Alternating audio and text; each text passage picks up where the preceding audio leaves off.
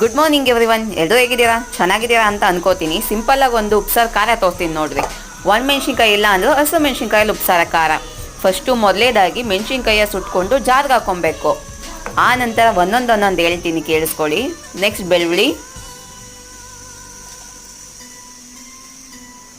next 2 spoon ಮೆಣಸು,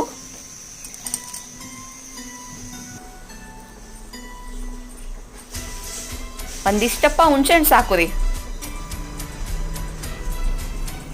ಸ್ವಲ್ಪ ಕೊಬ್ಬರಿ,